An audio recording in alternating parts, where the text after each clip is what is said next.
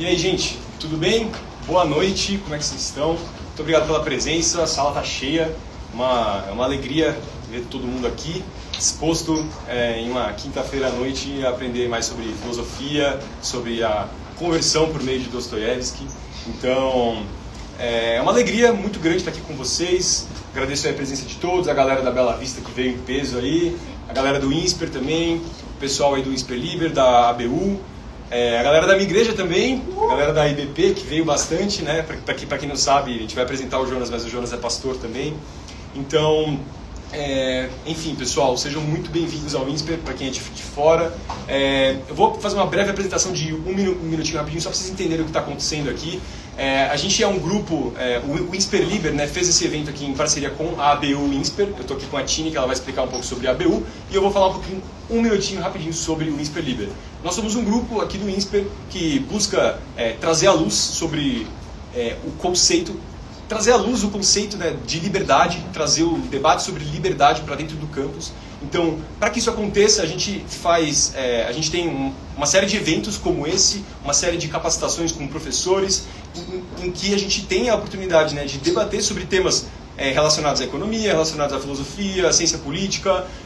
Então, a gente está sempre conversando sobre esses temas aqui dentro do INSPER, trazendo debate, trazendo palestrantes como o Jonas, palestrantes que tragam mesmo esse debate acadêmico para o nosso campus e de forma a enriquecer, e como a gente estava conversando aqui no começo, trazer também às vezes uma outra perspectiva que não está sendo tratada no curso de graduação, porque às vezes o curso de graduação tem que seguir a cartilha do MEC, seguir uma coisinha ali ou outra, então a gente tenta sempre trazer uma outra parte o outro lado da história, né? Em conjunto, a Tini vai explicar um pouquinho sobre a ABU INSPER. Agradeço a todos aí pela presença. Eu sou a Cristine, né, mais conhecida como Tini, que o Igor falou aqui. Eu sou presidente da ABU juntamente com o Gabriel, que talvez apareça... assim, não tem ninguém. Que talvez apareça aqui no final. O Igor também participa dos nossos encontros. A gente, só contextualizando, a ABU não tem só no INSPER, né, tem várias faculdades. Aliança Bíblica Universitária, justamente, né, você falou da luz, a gente vem trazer a luz de Jesus, né? Então a gente estuda, realmente os nossos encontros são focados em Cristo, na Bíblia. Então sei que tem muita gente de fora, tipo assim, do INSPER que não conhece a ABU, e sei também que tem muita gente do Liber que talvez não tenha ideia o que é a ABU, e até queria aproveitar para falar que a gente está aberto. Você às vezes não precisa ser necessariamente cristão para ir em algum dos nossos encontros, se sinta à vontade, não tem nenhuma pressão, não é uma organização estudantil, é um coletivo. Então, realmente acontece toda sexta-feira, 12h15. Se quiser, acompanhe o nosso Instagram, que é a ABU INSPER. E além desses encontros, a gente também promove tanto palestras, como por exemplo com o Jonas, quanto palestras também com CEOs cristãos, como a gente fez semestre passado com o Marcelo Pimentel, que é o CEO do Pão de Açúcar, um cara cristão também, que falou de fé e negócios. E é isso, é uma honra realmente a gente fazer parte, né? O Igor participa da ABU e é presidente do Liber, então foi uma conexão muito boa. E também o pastor dele é o Jonas, foi uma conexão muito boa. É isso, gente. Fiquem à vontade também no final para fazer perguntas também sobre a ABU. Oi? Ah, é verdade, pessoal. Olha, a gente está em semana... Oi? A Lê vai. Pode ser. A Lê vai... Cadê? Ah, tá bom. Perfeito. Tá bom. Rapidinho, pessoal. 2 minutos. A Lê só vai falar isso rapidão e aí o Jonas já entra e a gente vai parar de atrapalhar. Live. Oi, gente, boa noite. Pra quem não me conhece, eu sou a Lê, né? E vocês ouviram um pouquinho sobre a ABU do INSPER, um pouquinho sobre o Liber, mas eu vim aqui rapidinho, prometo que vai ser rápido, falar pra vocês sobre o nosso preletor de hoje, que é o Jonas Madureira. Tem um currículo bastante extenso, né, Jonas? Mas, resumindo, Jonas fez Teologia no Mackenzie, no Instituto Bethel. Ele é bacharel em Filosofia pela PUC São Paulo, mestrado em Filosofia pela PUC São Paulo e doutorado pela Universidade de São Paulo. Hoje, o Jonas ele atua como pastor na Igreja Batista da Palavra, certo? E também dá aula em Teologia no Martin Bucer e de Filosofia no Mackenzie.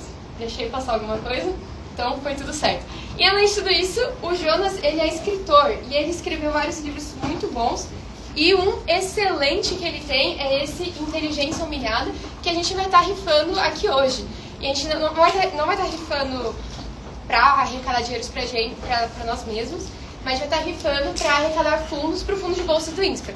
Para quem não sabe, o INSPER ele dá muitas bolsas parcial integral para muitos alunos que não têm condição de arcar com a mensalidade e que queriam estudar na nossa escola. Então, se você quer participar disso, se você quer doar, qualquer valor que seja, vocês podem escanear esse QR Code e fazer a doação. Esse link vai direto para a conta, não passa pela gente, então vai direto para o fundo de bolsas, então fiquem tranquilos em relação a isso. E se você quiser participar da nossa rifa, é R$5 cada rifa, você pode mandar no meu WhatsApp, que está aqui no cantinho, quantas você comprou, ou me chamar, eu vou estar sentada ali, e a gente sorteia no final para ver quem vai ler esse livro. E mesmo que você já tenha tido o prazer de ler esse livro, não deixa de participar, é muito importante para a nossa instituição ter coletivos e organizações estudantis envolvidos com o financiamento da educação, tá bom? Então, sem mais delongas, queria chamar o Jonas, por favor, ficar à vontade.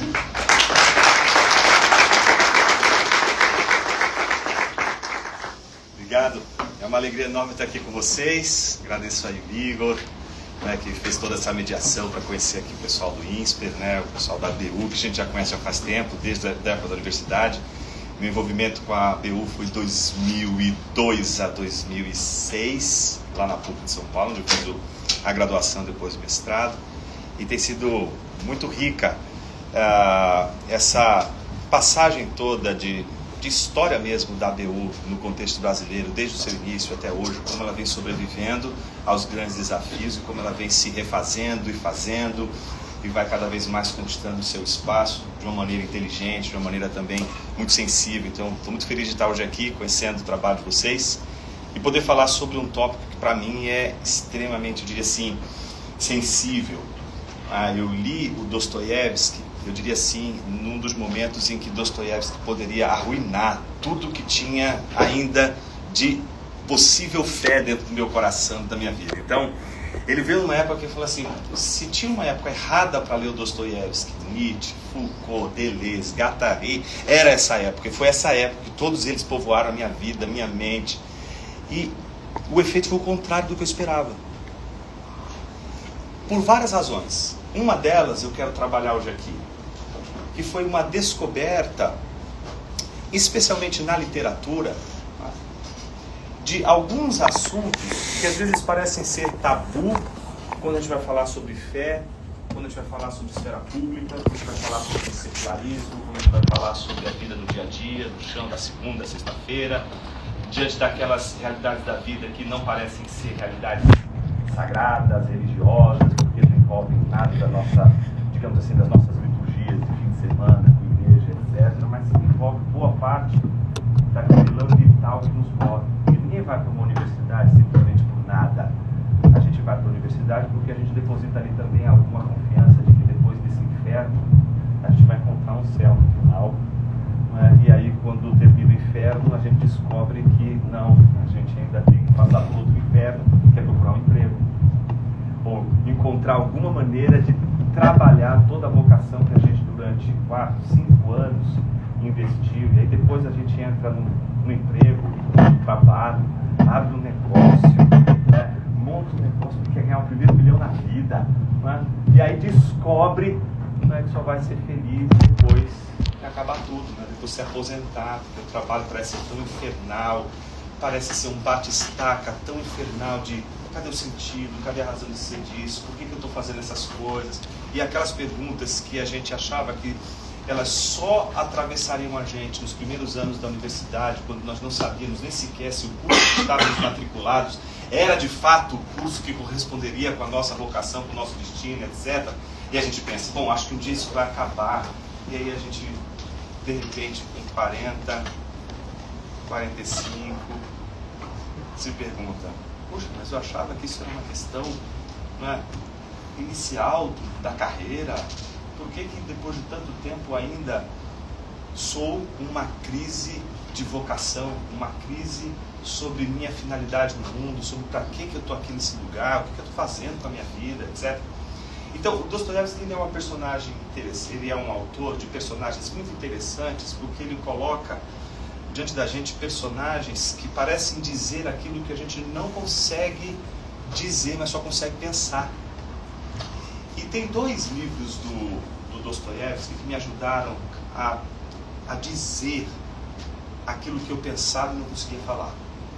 São 2 livros. Um livro é este aqui, Memórias do Subsolo, um livro que ele escreve logo depois que ele sai do exílio na Sibéria, 1864. Quem já leu esse livro aqui? Memórias do Subsolo, levanta a mão aí. Tem muita gente que já leu Memórias do Subsolo. Muito bom. E depois este aqui, ó, que é O Sonho de um Homem Ridículo. Esse aqui ele escreveu 2 anos antes dele morrer, em 1877. Quem já leu esse aqui? É um conto pequenininho.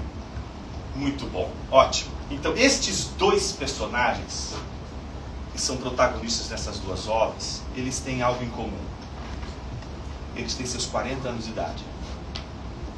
E com seus 40 anos de idade, eles chegam a uma espécie de reflexão sobre o que eles fizeram quando tinham 20 anos de idade, especialmente Memórias do Subsolo. A primeira parte de Memórias do Subsolo é a reflexão de um homem de 40 anos, que tem lá um perfil, que eu não vou falar agora, daqui a pouco a gente vai falar sobre esse perfil, mas que de repente, na parte 2, começa a rememorar os seus 20 anos, as decisões que tinha tomado 20 anos atrás. Já o personagem, o protagonista do Sonho de um Homem Ridículo, ele é só um homem ridículo mesmo. Ele é um homem de 40 anos que podia ficar quieto, mas não ficou. Que tinha que fazer algumas coisas que, de fato, colocariam ele numa situação um pouco mais adequada, mas ele fazia questão de ser estúpido mesmo. Fazia questão de ser a pessoa mais humilhante possível que pudesse existir no seu contexto. E ele tinha consciência disso e aceitava muito bem isso, e estava feliz, entre aspas, por ser esse homem ridículo. Não é? Então, essas 2 personagens, elas me chamam a atenção por 2 temas. Um tema, eu vou aqui usar a lousa, já que eu vi uma lousa, não posso ver lousa. Deixa eu afastar aqui. 2 temas. Um que é o desagradável e o outro tema que é o ridículo.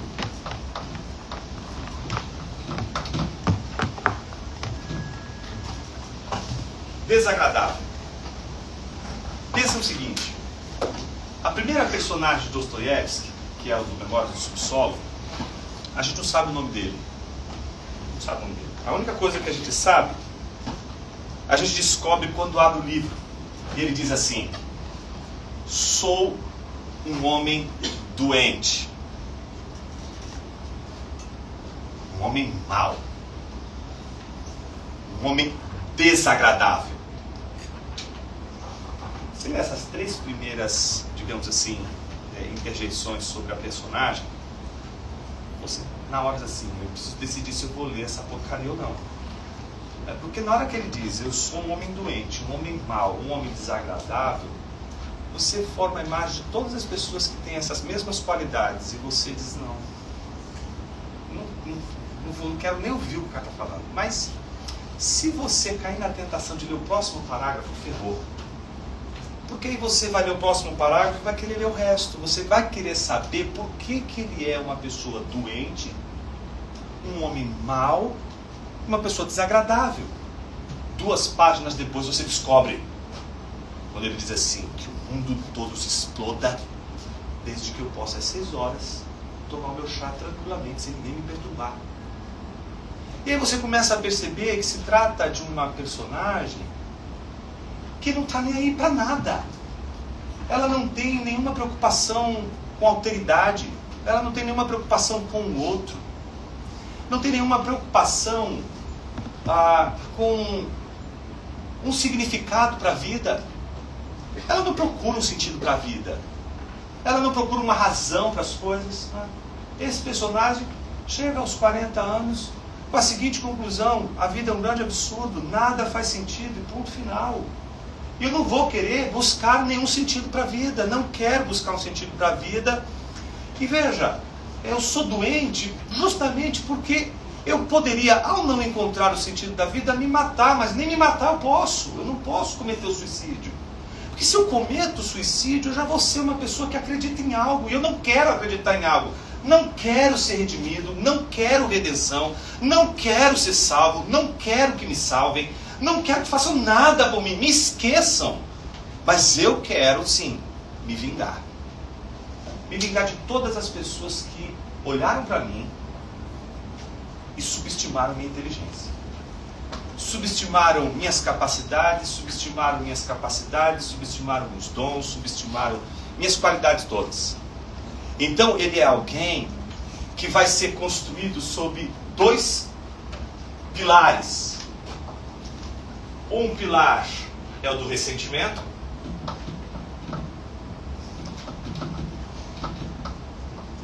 E o outro pilar é o niilismo. O que é niilismo?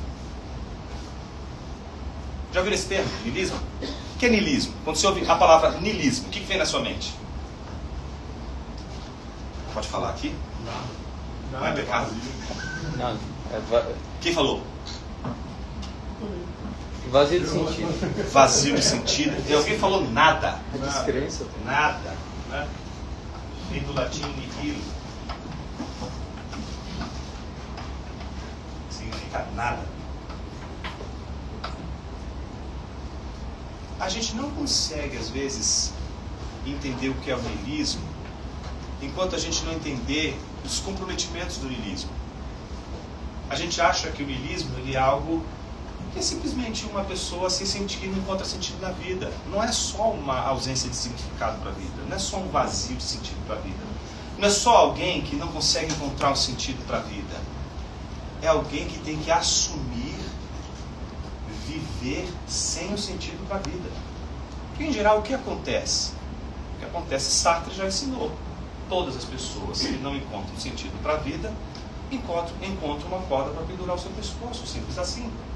O que faz as pessoas viverem e acordarem toda segunda-feira e arrastarem uma pedra maior do que elas até o cume da montanha? Um sentido.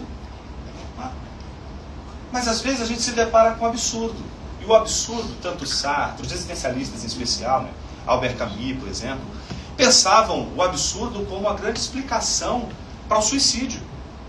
Já ouviram falar no mito de Sísifo, do Camus? Se não leiam, pode passar dessa vida para outra sem ler. Mito de Sísifo.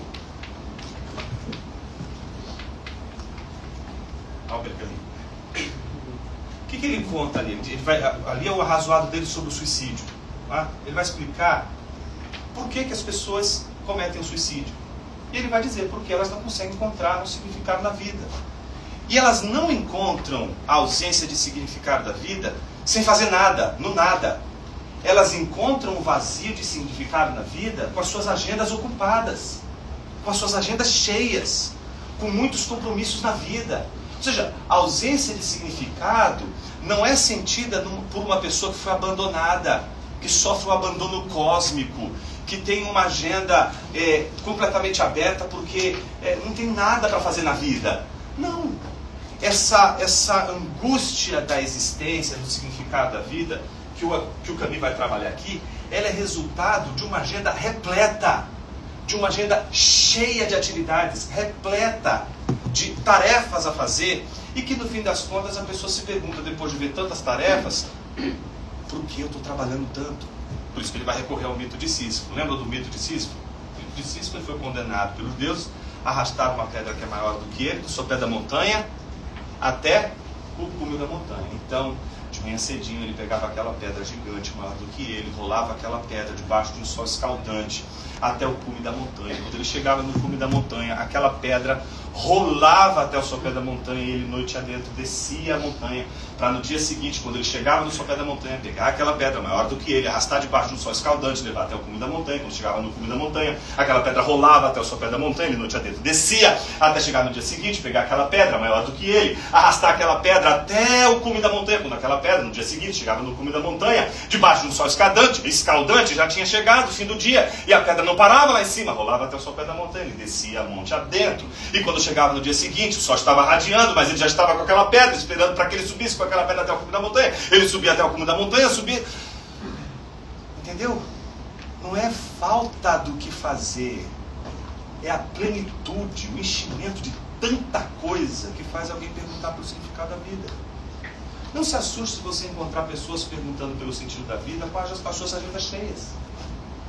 Não são apenas as pessoas que de repente estão num aspecto, num aspecto mais depressivo, que estariam, não é, fadadas a uma perda de sentido na vida e, portanto, ao suicídio.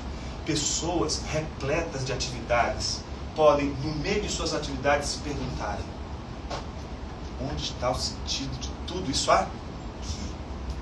Então, imagine você que a opção do niilista é a opção daquele que, ao olhar esse ritmo de carregar uma pedra do sopé da montanha até o final e se perguntar depois: por que eu estou fazendo essa atividade se no final das contas eu não ganho nada com essa pedra? O niilista diz assim: mas por que você quer ganhar alguma coisa? Alguém te prometeu alguma coisa? Você tem algum direito? Você tem alguma validação de que no final das contas você vai ter de receber alguma recompensa por toda essa vida desgraçada que você vive debaixo de um sol escaldante? Não, então por que você está querendo ser recompensado pelos seus esforços? Então ele começa a perguntar sobre a razão de ser dessa tal da recompensa. Como ele não acredita na recompensa, ele se sente ressentido, porque ele durante muito tempo acreditou que todos os esforços, todo o trabalho que ele demandou, iria recompensá-lo.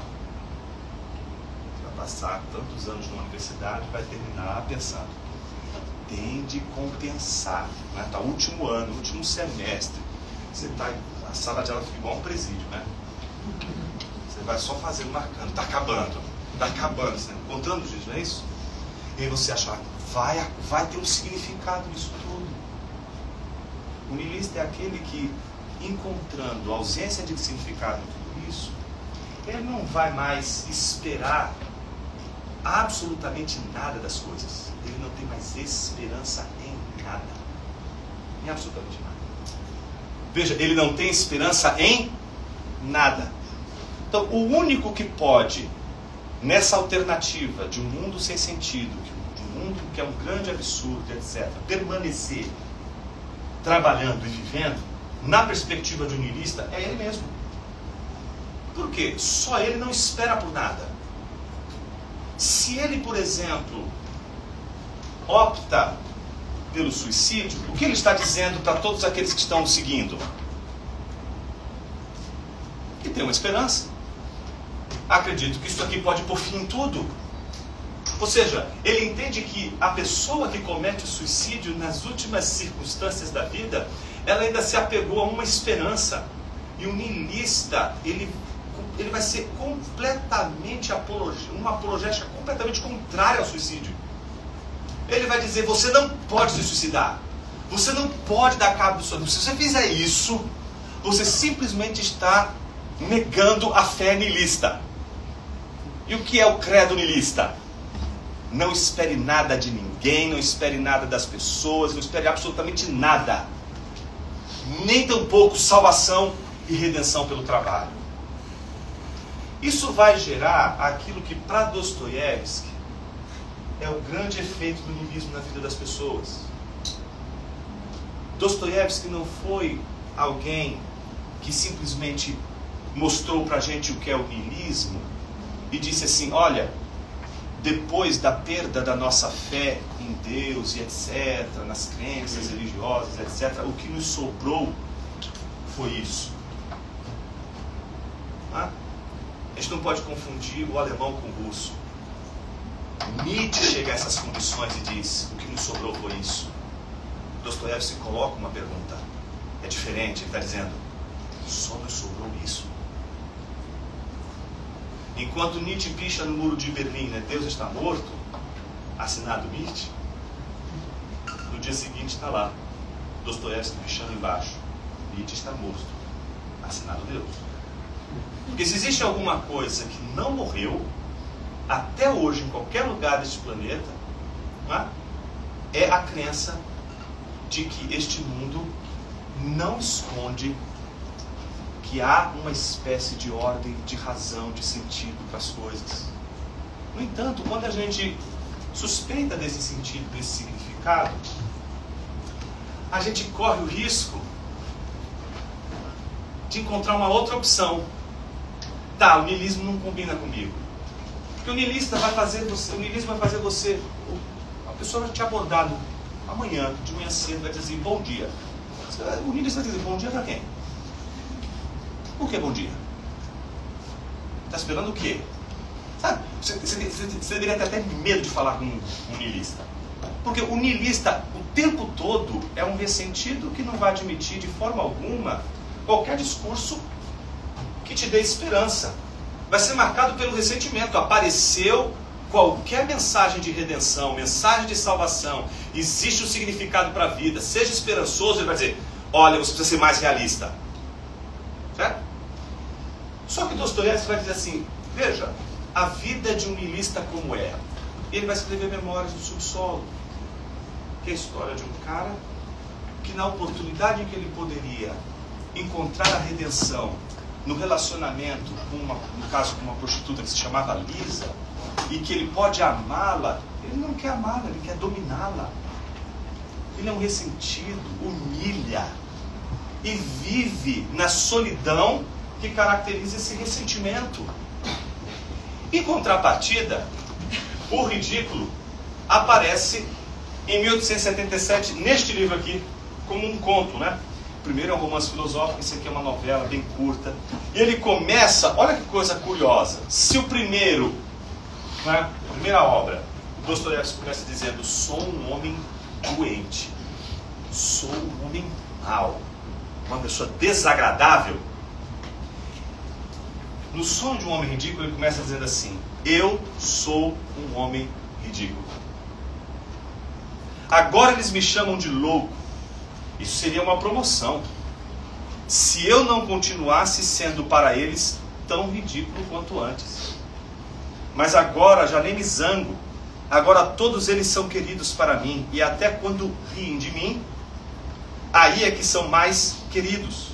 Eu também riria junto, não de mim mesmo, mas por amá-los, se ao olhar para eles não ficasse tão triste. Triste porque eles não conhecem a verdade e eu conheço a verdade. Ah, como é duro conhecer sozinho a verdade, mas isso eles não vão entender. Não vão entender. E aí ele diz algo muito curioso, veja o que ele diz. Todos riam de mim o tempo todo, mas ninguém sabia nem suspeitava que se havia na terra um homem mais sabedor do fato de que sou ridículo, e esse homem era eu. O que é ser ridículo? O que é ser ridículo? Eu coloquei aqui, ridículo como um estado de inadequação. De um lado, e do outro, o fracasso na camuflagem.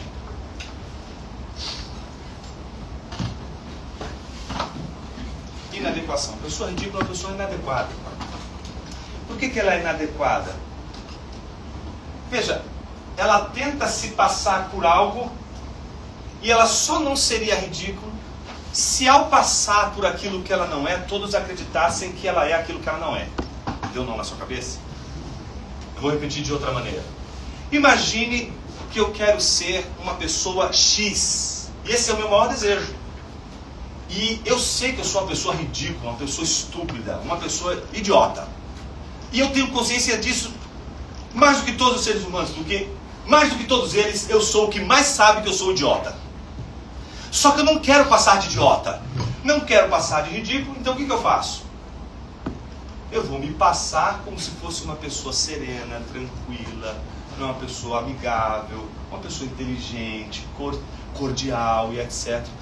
E o que acontece? Eu não seria ridículo se eu conseguisse me disfarçar de uma tal maneira que as pessoas não soubessem que no fim das contas eu sou um grande idiota.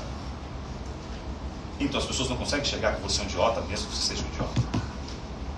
Então ele diz assim, se você consegue essa façanha, e para Dostoiévski todos os homens conseguem essa façanha. São todos imbecis, mas conseguem disfarçar muito bem a sua idiotice.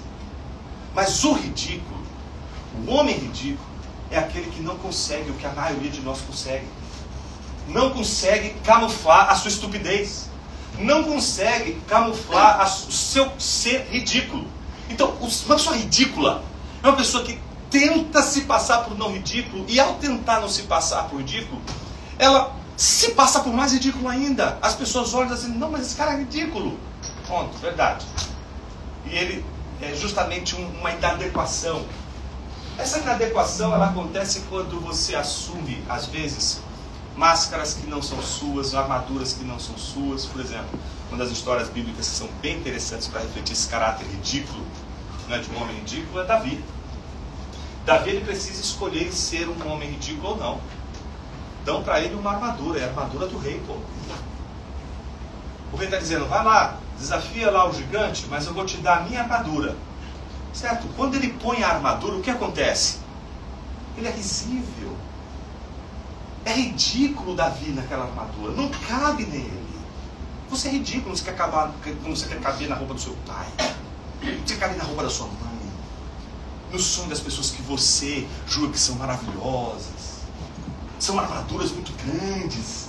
São pessoas grandiosas. Você quer ser essas pessoas. Quando você se coloca nessas armaduras, o que acontece? É como Davi. Você fica sambando ali, aquelas armaduras não são suas. A roupa não é sua. O jeito não é seu. Mas Davi, ele vai sair da posição de ridículo quando ele desistir de se passar por Saul. Ele desistir da sua camuflagem. Isso não é fácil. Não é fácil as pessoas desistirem de ser o que elas querem ser, porque elas acreditam que ao se tornarem o que elas querem ser, elas serão extraordinárias. Então, ao contrário do niilista, a esperança do ridículo é que, no final das contas, as pessoas nunca vão descobrir que eu sou um estúpido.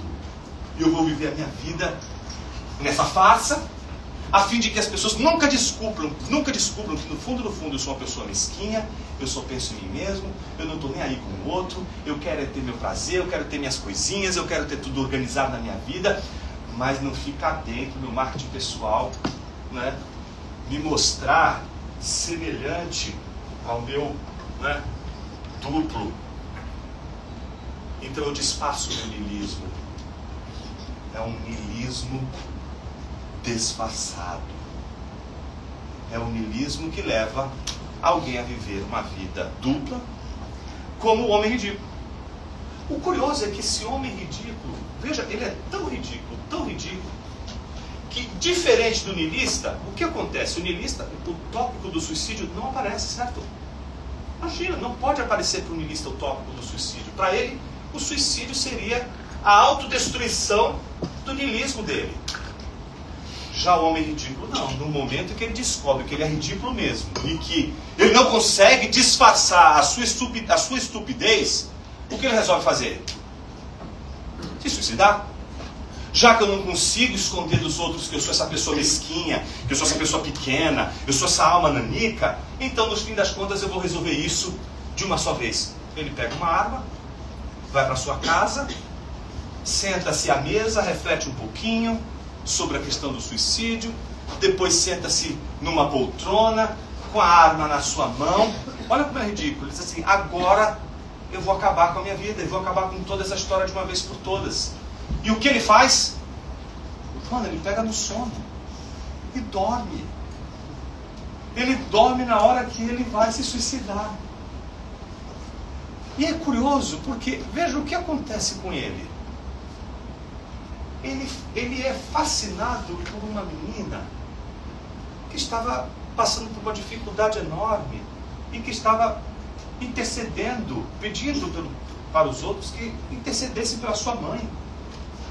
Então ele se sente tão compadecido daquela criança e fica pensando naquela criança enquanto ele está pensando em dar cabo de sua vida.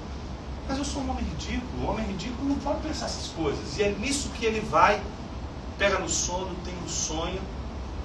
E quando ele acorda desse sonho, ele tem um despertamento tão incrível que, veja, ele vai do 8 a 80. Você sabe o que acontece com ele? Eu acho que todos os pregadores deveriam ler esse livro. Porque o Dostoiévski transforma ele num pastor. Ele acorda, vê a arma e o seu dedo no gatilho sobre o sonho. Depois, quem não leu, leia para descobrir o sonho dele, o sonho que ele teve. vê a arma ali diante dele e ele tem que tomar uma decisão. A decisão dele se deixa passar por aqui, ó. Nunca antes, por exemplo, tinha adormecido assim na minha poltrona. Foi então que de repente, enquanto eu estava ali parado e voltava a mim, de repente relampejou à minha frente o meu revólver, pronto, engatilhado. Mas no instante o empurrei para longe de mim. Agora a vida. Levantei as mãos para o alto e evoquei a verdade eterna. Nem cheguei a fazer isso e comecei a chorar. Um êxtase desmedido elevava todo o meu ser. Sim, a vida e a pregação. Naquele mesmo minuto decidi que iria pregar. E é isso, e é claro, é isso o que farei pelo resto da minha vida. Eu vou pregar. Eu quero pregar. O quê? A verdade. Pois eu a vi. Eu a vi com os meus próprios olhos. Eu vi toda a glória. E desde então é que estou pregando. Além disso, amo todos aqueles que riem de mim, mais do que todos os outros. Imagina que quando eu li esse livro, cheguei depois nessa fase, acho da filosofia, uma crise de fé brutal, certo? Eu pensei assim, quem eu sou? Um desagradável? Eu lia compulsivamente o Nietzsche. Eu disse, cara, como isso faz sentido? E quando descobri que ele era filho de pastor, fez mais sentido ainda. E eu olhava tudo aquilo e falei assim, eu entendo ele. Eu entendo a raiva dele. Eu sei de onde vem essa raiva. Eu sei de onde vem isso aqui. Eu reconheço esse ressentimento dele. Eu sei onde mora esse ressentimento. Mas aí eu li um homem ridículo. Eu me perguntei assim, eu acho que eu sou niilista. Mas aí eu descobri que no fundo eu não era niilista não. Eu era ridículo. E desde então eu tento mostrar para as pessoas que estão à minha volta que elas também são ridículas. Nunca esqueço, quando eu estava ensinando Nietzsche na universidade, e o sujeito que estava lá, né, depois que eu expliquei o que era niilismo, no final da aula ele levantou a mão e disse assim, professor, eu disse, pois não, eu sou niilista. E ele disse, como é que eu saio dessa aqui? Eu olhei para ele e disse, não, você não é. Eu disse, não, professor, eu sou isso que você falou, eu represento, essa é a minha vida, eu sou isso aqui. Eu sou niilista, eu não quero me matar, mas eu quero ver o mundo pegando fogo. E eu quero estar tomando meu chazinho mesmo. Aí eu olhei para ele e disse assim, bicho, você tem irmã? Aí ele tomou um choque, né? Eu falei, fica tranquilo, eu sou casado. Aí ele falou, você tem, professor? Eu falei assim, cuidado, quantos anos ela tem? Aí ele disse assim, professor, 1 ano mais nova que eu. Ótimo. É isso, professor. Eu falei assim, cara, por que você não casa com a sua irmã? Cara, ele fez essa cara que você fez agora. Ele não esperava aquilo ali. E ele olhou assim, peraí, para, professor. Você para, professor? Eu falei, cara, imagina que você vai realizar 2 coisas maravilhosas da sua vida. Primeira delas, pensa, você não vai ter nenhuma surpresa, o casamento para você não vai ser um Kinder Ovo com uma surpresa desagradável. Você conhece aquela desgraçada desde pequena, você não tem nada que você faça que ela vai se assombrar com você. E não tem nada que ela faça que você vai se assombrar com ela. Mundo perfeito, por que você não casa com sua irmã? Professor, para com isso. Eu falei, pensa que esse ainda não é o melhor argumento para você casar com a sua irmã. O melhor argumento vem a seguir. Você vai realizar o desejo enrustido, escondido de toda a população masculina, especialmente ocidental. Ele fez essa mesma cara que você está fazendo. Eu olhei para ele e disse assim, bicho, você imaginou que você vai casar e ao mesmo tempo quem vai ser a sua sogra é sua mãe? Aí ele bugou na hora, né? Imagina, cara, vai ser a sua mãe, é o melhor dos mundos, não é? Disse, para com isso, professor. Eu disse, cara, eu nem queria fazer com a pessoa que eu gostaria, na verdade eu queria fazer isso com a sua mãe. Aí eu falei, para, não vou parar por aqui. Porque é isso que Nietzsche diz. Você não é um niilista, você é um cristão. Se você fosse um niilista, você não teria problema com isso. Você tem alguma ordem dentro de você e ao mesmo tempo você tem uma inadequação. Você pode nunca ter ido na igreja, você pode não saber o que é uma igreja, você pode nunca ter conhecido, você nunca pode conhecer nada de religião, você pode saber zero. Mas você tem uma moral, você tem um sistema de crenças que te diz algo muito mais forte do que a sua natureza seria capaz de realizar. Foi assim que eu salvei meu emprego. Foi assim que eu ganhei um amigo. Esse menino se tornou meu amigo. Então, veja que coisa curiosa. O niilista, ele é inadequado no sentido de apresentar para a gente os argumentos mais, eu diria assim, do ponto de vista da apreciação literária, os mais trágicos. Porque é um sem saída e ao mesmo tempo um sem saída que você tende de alguma forma a viver esse ressentimento. Mas ao mesmo tempo, comemorando Páscoa, comemorando Natal, convivendo todas essas realidades que a gente vive e ao mesmo tempo lidando com uma espécie de inadequação que é diferente do homem ridículo. A inadequação do homem ridículo é interessante por uma razão. Porque ela coloca a gente debaixo de uma esperança, em primeiro lugar. E uma esperança que é a mais ingênua de todas elas. Você já ouviu falar em Alonso Quixana? Você já ouviu? Alguém mais além dele já ouviu falar em Alonso Quixana? Antes de você dizer quem é, revelar a identidade secreta de Alonso Quixana, imagina que este cidadão é um cidadão que está com seus 40 anos de idade. A vida dele é uma vida aparentemente medíocre, certo? Mas ele diz assim, cara, eu não quero mais viver como eu estou vivendo, não. Eu quero ser uma pessoa grandiosa. Eu quero estabelecer uma nova identidade, um novo ser. E a vida dele inteira vai ser uma vida dedicada a enterrar de uma vez por todas Alonso Quixana.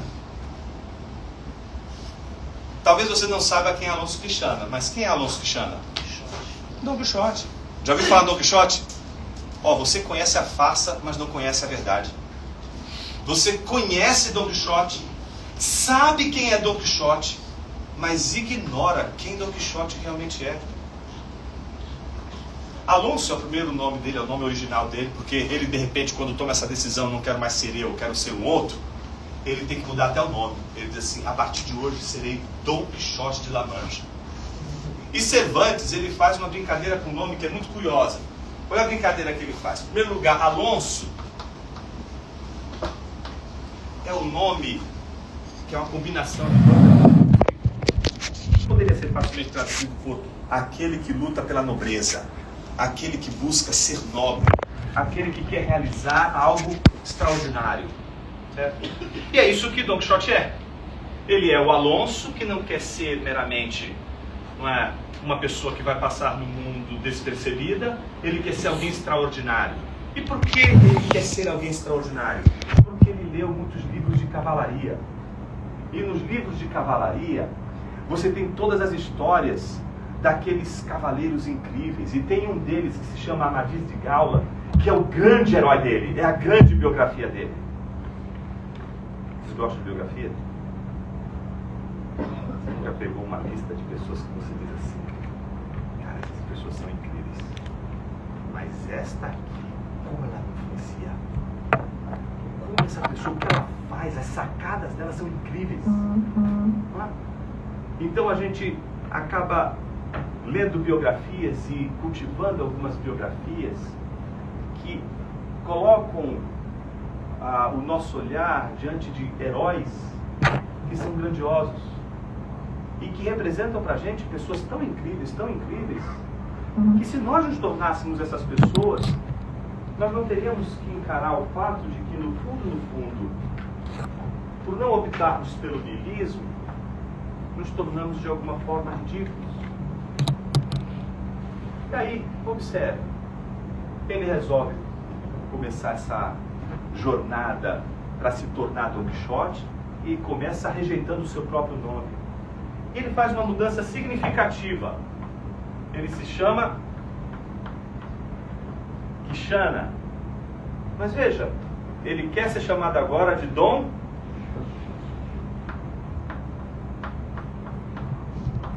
Quixote.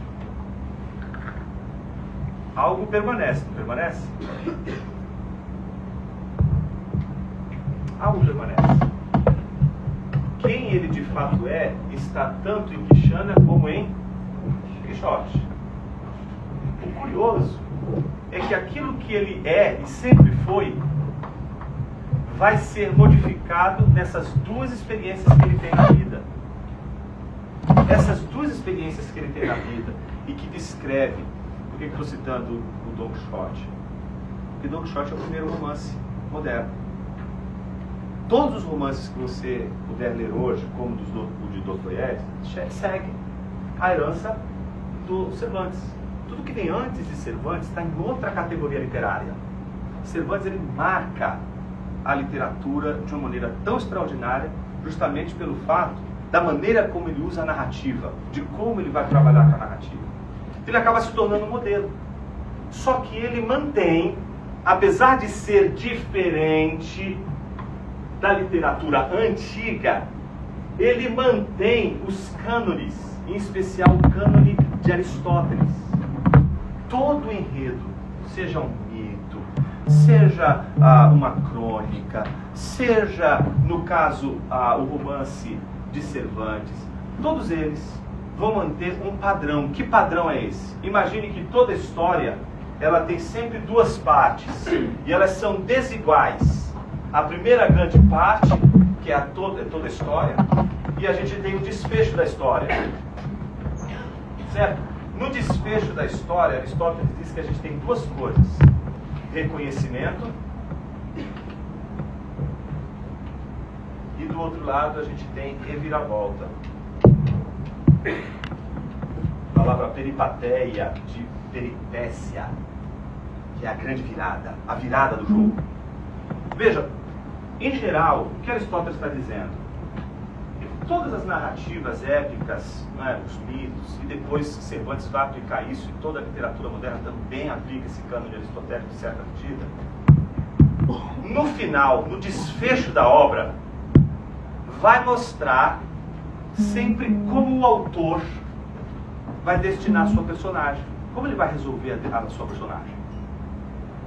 Por exemplo, em Don Quixote, as duas coisas vão acontecer no final, como acontece em Madame Bovary, como acontece em Vermelho e Negro do Stendhal, como acontece num Paraíso Perdido do Dom Milton, como acontece também em Dante, mesmo que Dante ele esteja anterior a esse romance moderno. Todos eles vão apresentar no final, no desfecho da jornada do herói, duas coisas: reconhecimento e reviravolta. O que é o reconhecimento? É a cena brutal de Don Quixote, que é, a gente vai lendo Don Quixote e você fala assim: meu, que cara ridículo. Pensa, Don Quixote. Don Quixote, ele está lutando contra um moinho de vento, mas ele está dizendo: não, eu estou lutando contra gigantes. Então, o Don Quixote, ele é aquele cara que ele imagina as coisas, mas quando ele luta com a realidade, ele projeta a sua luta na realidade neste mundo imaginado. Então ele está sempre criando uma narrativa do real que tira ele do real. Então ele está lutando contra moinhos de vento, mas no fundo, o Sancho Panza, que está vendo moinhos de vento, ouve o seu senhor dizendo: não, eu estou lutando contra gigantes. Ele entra num hotel, nossa, existe um castelo. Ele está lá, o estalajadeiro, ele diz assim: não, temos que tomar esse castelo. O coitado do homem nem sabe o que está acontecendo, mas ele é. Você vai vendo o Don Quixote, você vai, de um lado, rindo, e do outro lado ele vai te conquistando, porque ele é ridículo. E o Cervantes não fez isso à toa. Cervantes, ele quis mostrar para o seu leitor que vai lendo, né, uma identificação com essa personagem. Essa personagem que, para fugir de um mundo sem significado, que empurraria a gente para um ressentimento, que vale a pena viver um mundo em que, pelo menos, esse real, que parece para a gente como um real sem sentido nenhum, agora eu vou projetar nele aquilo que eu gostaria que esse mundo fosse, mesmo que ele não seja. Então eu acabo vivendo as minhas ideias, o mundo que eu imagino, mas a realidade sempre vai se impondo. Veja, e a gente dá risada quando a realidade se impõe. Ele apanha do estalajadeiro, ele, na hora de lutar com os moinhos, ele não entende por que os moinhos não se derrubam, não caem ao chão. Entende? Porque a realidade vai se impondo, mas ao mesmo tempo ele não percebe, preste atenção nisso, ele não percebe que está passando por um ridículo. Ele não sabe que é ridículo. Ele tem atitudes ridículas. Ele tem uma inadequação, usa armaduras que não lhe pertencem. Ele vive de uma maneira inadequada, mas ele não tem consciência. Ele não sabe que ele é ridículo. É diferente da nossa personagem aqui do Dostoiévski. O homem ridículo, ele já começa a dizer: eu sou ridículo e não há homem neste planeta que saiba mais que eu sou ridículo, mais do que eu mesmo. O Cervantes coloca a gente para pensar um homem ridículo até um determinado momento, que é o momento derradeiro, quando ele está cansado. Ele já não aguenta mais sustentar o Dom Quixote. É difícil demais viver a vida de Dom Quixote. É nessa hora que acontece, no final, obviamente, né, do clássico não existe, né, dizem que de clássicos não existem spoiler, né? Mas é aqui que acontece o reconhecimento, né? É naquela hora em que ele descobre e diz: malditos livros, eles me fizeram sonhar com estes cavaleiros e desejar ser estes cavaleiros. Já leram Madame Bovary de Flaubert? Não vou passar essa vida para você ler Madame Bovary. Graço.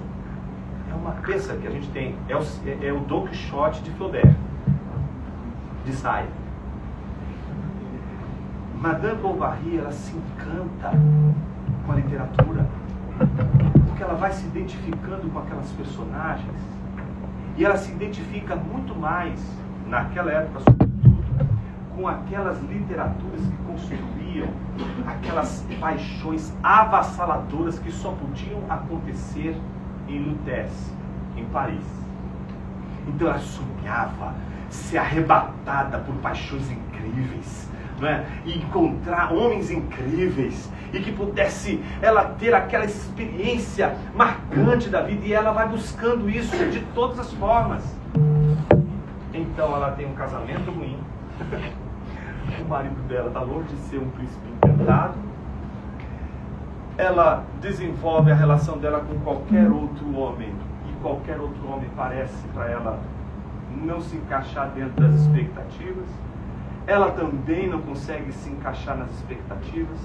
Ela está surfando o tempo todo naquele ser que ela não é. Bom, o desfecho de Madame Bovary é o reconhecimento. Ela tem de reconhecer que ela é ridícula. Como Dom Quixote, eu tenho de reconhecer que eu sou ridículo. E ele faz. E ele sabe de onde vem. Quando ele diz ele amaldiçoa os livros, não é? Ali você tem que perceber a ironia de Cervantes, né? Você lê, eu odeio os livros, lendo um livro. É como a pessoa que diz, né? Saiam das redes sociais, porque elas fazem muito mal. E aí posta a foto no Instagram. É essa coisa que está ali, sendo dita ali por Cervantes. E é no finalzinho que ele vai reconhecer que ele é ridículo e que ele precisa assumir quem ele é, e ele tem pouco tempo de vida. E aí que ele diz: não, meu nome não é Dom Quixote, Meu nome é Alonso Quixana. A história de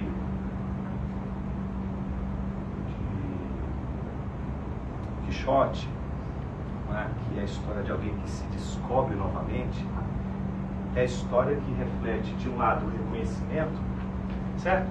O reconhecimento do fracasso. Não consegui, com a armadura que eu usei, vencer o gigante, certo?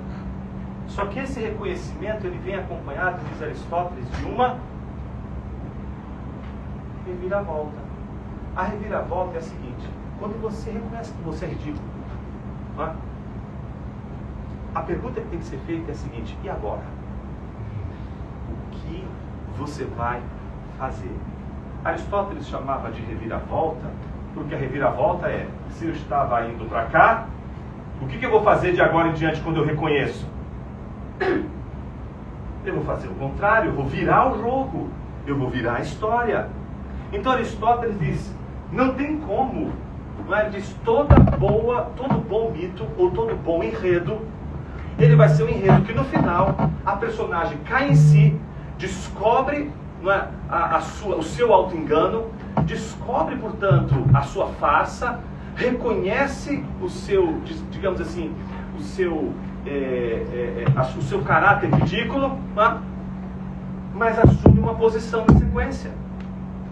Eu não citei Madame Bovary à toa, não é? Um dos emblemas da literatura, que é a Madame Bovary, é a solução que ela toma, não é? Veja, se de um lado a gente tem um Cervantes que diz: eu tenho pouco tempo para viver, mas eu vou morrer como Alonso. Do outro lado, a gente tem uma personagem que é Bovary, a Madame Emma Bovary, que já sucumbe. Ela reconhece que ela é ridícula, mas na hora de fazer a reviravolta, a sua reviravolta é trágica.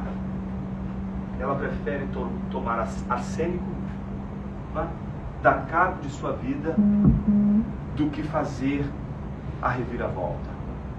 Em outras palavras, todas as vezes que a gente chega ao reconhecimento, a gente volta à pergunta do niilista. A pergunta que o niilista está se fazendo: por que você deveria apostar as suas fichas na esperança de algo que nunca vai acontecer? Então, por que você quer tanto ser salvo, se no fundo você não vai conseguir ser quem você quer ser? Por que você está apostando todas as suas fichas nisso? Por que você quer tanto se tornar César ou nada? Em contrapartida, quando a gente lê Dostoiévski, por isso eu deixei para o final O Sonho de um Homem Ridículo, a gente vê a resposta que Dostoiévski dá para o homem do subsolo. O Homem Ridículo é uma resposta de Dostoiévski a um outro personagem, escrito logo depois que ele sai do exílio na Sibéria, que é o niilista. A resposta que ele dá para o niilista está dada justamente nesse homem ridículo. Porque o que acontece com o homem ridículo? Primeiro, ele não consegue dar cabo de sua vida. E ele não dá cabo de sua vida não porque ele não consegue ser ridículo ou deixar de ser ridículo. Se você prestou atenção na leitura que nós fizemos, ele diz: vou ser pregador, vou pregar a verdade. E depois que ele termina, ele diz assim: e a partir de hoje, mesmo sendo ridículo, vou amar os ridículos. Ou seja, ele termina chamando a atenção para o estado da reviravolta deste homem ridículo. Você olha para ele e diz assim: por que ele é um homem ridículo? Por que ele é um homem ridículo? Porque no fundo, há uma inadequação. Eu não consigo ser quem eu gostaria de ser. É como aquele trecho do Tabacaria, do Fernando Pessoa, quando ele diz, lá pelas tantas: vivi, estudei, amei e até criei, e hoje não há mendigo que eu não invejo só por não ser eu. Fiz de mim o que não sou, o que queria fazer de mim não fiz. O paletó que me deram era errado, eu não rejeitei. Quando eu quis tirar a máscara, era tarde demais. A máscara estava presa à cara. O homem ridículo é o homem que percebe que a máscara ficou presa à cara, o paletó que lhe deram para vestir não foi removido, a armadura do rei não chegou e disse assim: eu não vou usar essa armadura. Sabe aquela coisa? Você é família de advogado, seu avô é advogado, eu sou advogado, você também vai ser filho de peixe, peixinho é. Já viu essa história? O sujeito diz assim: eu acho que eu vou ser advogado mesmo. Então, a grande pergunta, o grande ponto de reflexão hoje é: por que apostamos em ser o advogado? Por que você apostou em ser engenheiro? Está apostando em ser psicólogo? Apostando em ser economista? Jurista? Advogado? Por que você está apostando todas as fichas nisso? Porque você acredita que se você se tornar tudo isso que você está querendo ser, você vai deixar de ser ridículo? Ô, meu ridículo. Ninguém se livra. Porque esse mundo só tem dois tipos de pessoas: ou pessoas ressentidas, ou pessoas ridículas. E dentre as pessoas ridículas, só existem dois tipos de ridículos: os ridículos ignorantes, que não sabem que são ridículos, e os ridículos que sabem que são ridículos. E que, porque sabem que são ridículos, não querem mais fazer o movimento de outrora. Qual que era o movimento de outrora? Eu vou ser o que os outros querem que eu seja. Não vou frustrar meu professor, orientador, porque orientador parece Deus na Terra, né? Não vou frustrar meu orientador, não vou frustrar papai, não vou frustrar mamãe, não vou frustrar pastor de igreja, não vou frustrar namorada, namorado, nada. Eu vou lutar para corresponder com todas essas expectativas. Você lembra que o vazio de significado, ele não surge com pessoas vazias, surge com pessoas que estão trabalhando muito, dando muito duro para se tornar o que elas não são. É muito difícil, é muito cansativo, é muito penoso se tornar quem a gente não é. Aí o que acontece? A gente chega na adolescência da alma, que hoje parece que está nos 35 anos, por aí. Que é aquele momento em que o sujeito diz assim: chega! Não vou mais ser o que os outros querem que eu seja. Agora eu vou ser quem eu quero ser. Não é isso? Como você é vivo? Você não percebe que você trocou um tirando por outro? Você trocou só de tirando. O tirando agora se parece muito com você. Porque ele, toda vez que você olha para o espelho, ele está lá olhando para você. Aí você, mas como assim, Jonas? Como assim? É um tirano? Sim, é um tirano. Você só trocou. Veja, a primeira vez que eu percebi isso de uma maneira muito clara foi com o meu filho do meio, o Henrique. O Henrique um dia disse assim para mim: papai, quando eu crescer, eu quero ser o Batman, eu quero ser escritor e pastor. Eu olhei para ele e disse: meu Deus, esse menino está muito angustiado. Quanto esse menino está sofrendo? Como? Você percebe a dor dele? Ele está falando rindo, mas você está percebendo a dor dele? Você não percebeu ainda? É a mesma dor que Kierkegaard descreve na Doença até a Morte.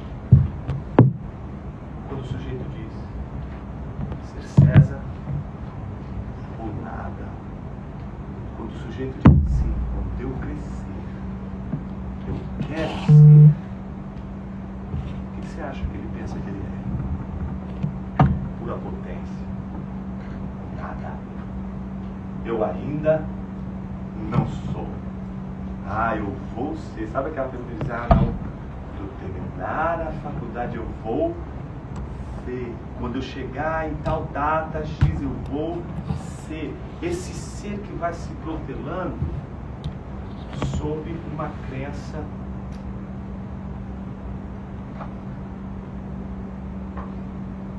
que no fundo a gente não percebeu, estava alimentando um niilismo bem escondidinho dentro da gente, que não é aquele niilismo que diz respeito a Deus.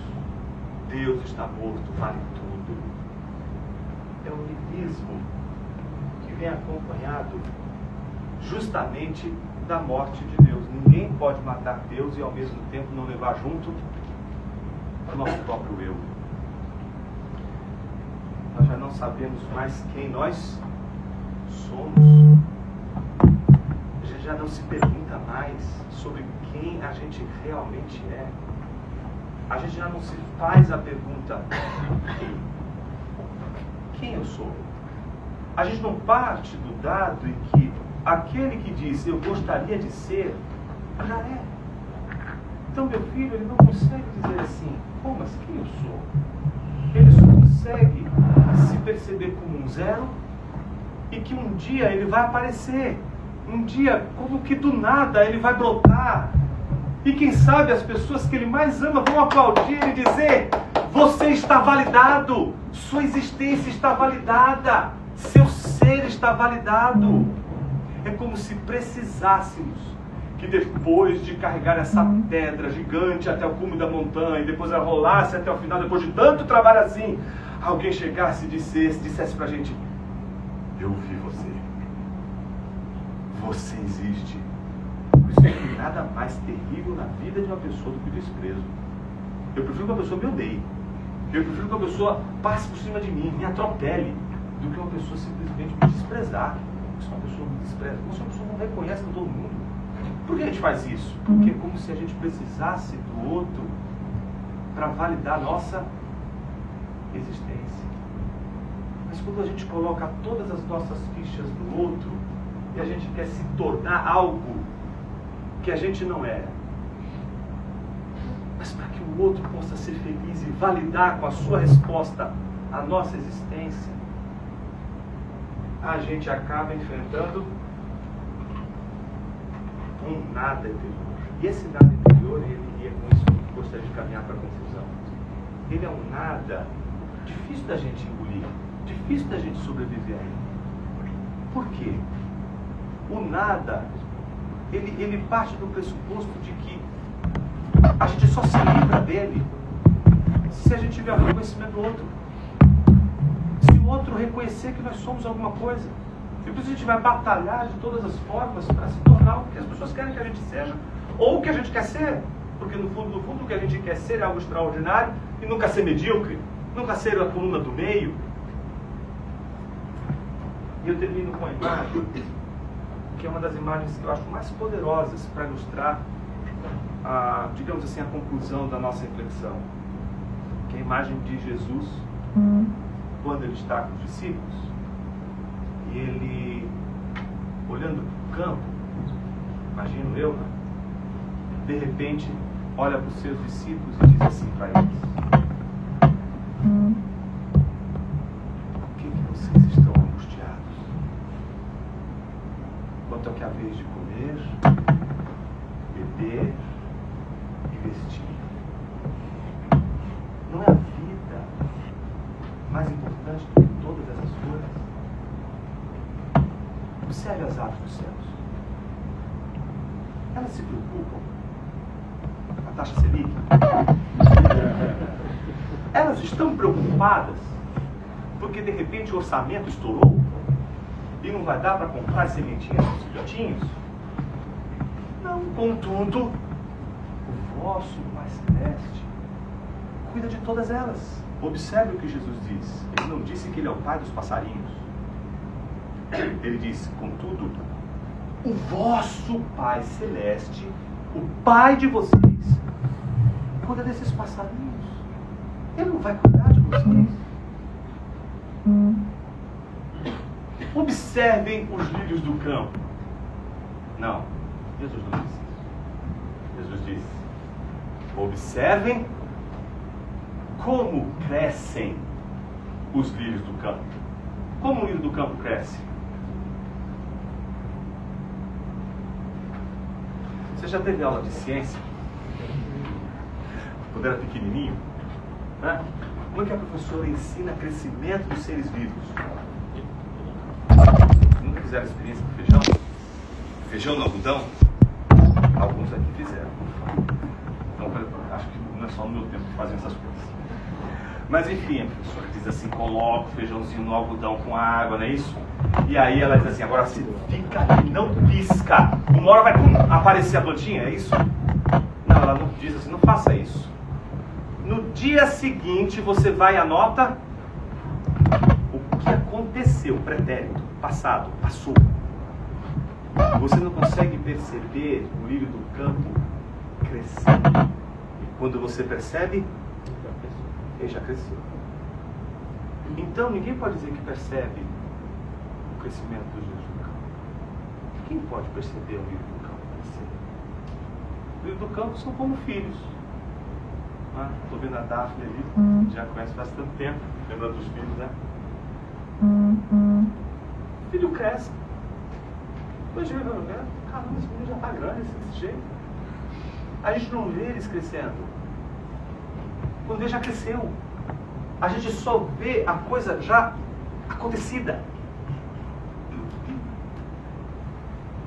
E quando Jesus diz, vocês observam como cresce o lírio do campo, Jesus está dizendo para eles algo impossível ao ser humano. O ser humano não consegue perceber como cresce o lírio do campo. O lírio do campo não pode ser percebido. Deus não deu para a gente um sentido capaz de perceber o lírio do campo enquanto o lírio do campo está crescendo, certo? Mas aposto com você que você não vai ver um lírio do campo niilista. E nem tampouco vai ver um lírio do campo tão ridículo, tão ridículo, tão ridículo, de tanto que trabalhou, dizendo assim, depois do reconhecimento de de seu fracasso, vou subir neste arranha-céu. Ó vida, ó céus, os homens não percebem, os homens não validam a minha existência, as pessoas não sabem quem eu sou e muito menos percebem o meu crescimento. Minha vida não tem mais sentido. Aí pronto, pula o lírio do campo do prédio e tragicamente morre. Não, você não vai ver lírios suicidas. Os lírios, na verdade, não ficam tristes porque eles não são percebidos pelos homens. Na verdade, os lírios do campo não precisam nem perdoar os homens porque os homens não são capazes de perceber os lírios do campo. Como o lírio do campo poderia nos perdoar de algo que Deus não nos deu capacidade para perceber? O lírio do campo poderia jamais perdoar Deus se Deus não percebesse.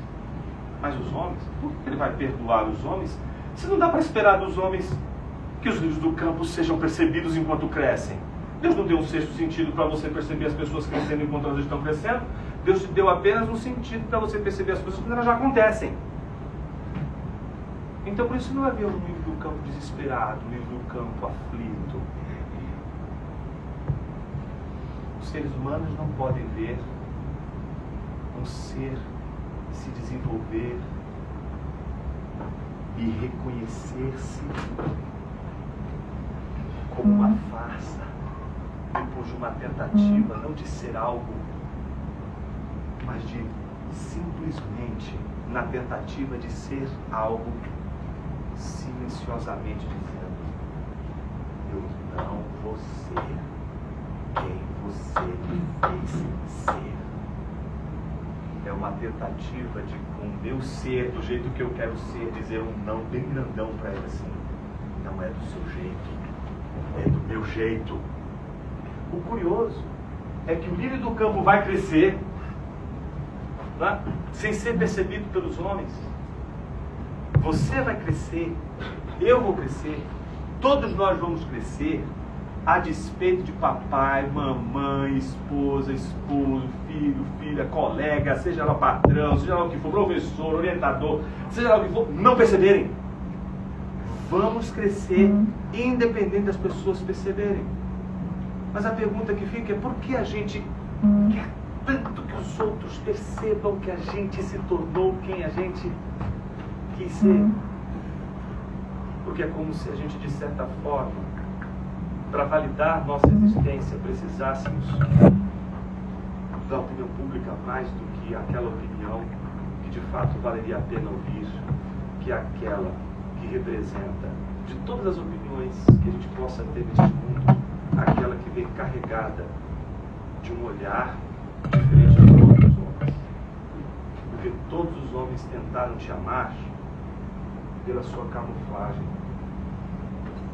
mas só ele te amou sem camuflagem nenhuma. E é isso que a gente não suporta. Como ele poderia amar pessoas tão ridículas?